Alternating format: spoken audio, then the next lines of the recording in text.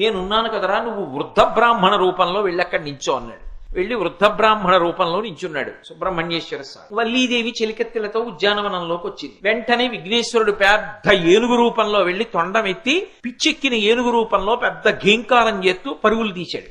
అయ్య బాబోయ్, పిచ్చెక్కిన ఏనుగు వచ్చేస్తోంది, ఎక్కడ చంపేస్తుందో అని వల్లీదేవి పరిగెత్తి వెళ్ళిపోతూ అటు ఇటు చెదిరిపోవడంలో చెలికెత్తెలందరూ రక్షించే వాళ్ళెవరని ఆలోచిస్తూ అక్కడ నిలబడిన వృద్ధ బ్రాహ్మణుణ్ణి ఓ తాతగారిని మనవరాలు పట్టుకున్నట్టు గట్టిగా కౌగిలించు. ఎప్పుడైతే వృద్ధ బ్రాహ్మణుణ్ణి కౌగిలించుకుందో విఘ్నేశ్వరుడు తన అవతారాన్ని అంతర్ధానం చేసి మాయమైపోయాడు. ఈవిడ ఏనుగు ఘీంకారం వినపట్టం లేదని భయం తగ్గి కళ్ళు తెరిచి చూసేటప్పటికీ వృద్ధ బ్రాహ్మణుడు సుబ్రహ్మణ్యుడు అయిపోయాడు. ఆ తర్వాత వల్లీ కళ్యాణం, వల్లీ దేవసేన సమేత సుబ్రహ్మణ్యేశ్వర స్వామి వారు అయిపోయారు. ఇప్పుడు సుబ్రహ్మణ్యేశ్వర స్వామికి వల్లీ కళ్యాణంలో ఉపకారం చేసిన వాళ్ళు ఎవరు? విఘ్నేశ్వరుడే. చతుర్ముఖ బ్రహ్మగారు సృష్టి ప్రారంభం చేసే ముందు మొట్టమొదట ఎవరిని పూజ చేస్తాడంటే విఘ్నేశ్వరుణ్ణి. ఇంద్రాది దేవతలు ఎప్పుడైతే